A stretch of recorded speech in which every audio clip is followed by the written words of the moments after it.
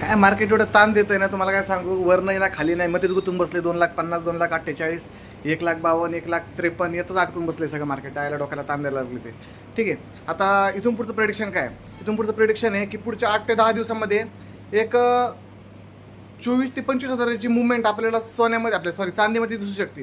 आणि सोन्यामध्ये जवळपास 4,500 ते 5,000ची मुवमेंट आपल्याला चांदीमध्ये, सोन्यामध्ये दिसू शकते. म्हणजे सोन्यामध्ये 4,500 ते 5,000 रुपयाची मुवमेंट, आणि चांदीमध्ये 24,000 ते 25,000ची मुवमेंट वन टाईम म्हणतोय मी. असं नाही की 1,000-2,000 रुपयांनी वाढलं दररोज, तसं नाही. वन टाईम 24,000 ते 25,000ची मुवमेंट एका दिवसात.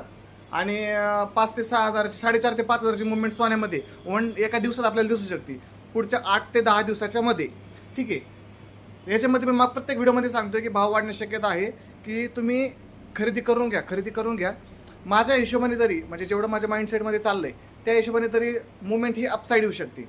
ठीक आहे, 2,64,000च्या वर जर चांदी निघली, असा धुमाकूळ माचवणार आहे की विचारूच नका.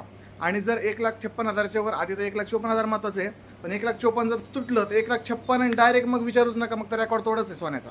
ठीक आहे, अशाच नवनवीनसाठी तुम्ही फॉलो करत नाही तर फॉलो करा. फक्त पहिली गोष्ट तुम्ही फॉलो करत जा. जसे जसे माझे फॉलोअर्स वाढतील तसं माझा सपोर्ट वाढतोय, तसं माझा कॉन्फिडन्स वाढतोय. त्यासाठी सांगते फॉलो करा, कॉन्फिडेंटली व्हिडिओ मला बनवता येईल म्हणजे. धन्यवाद.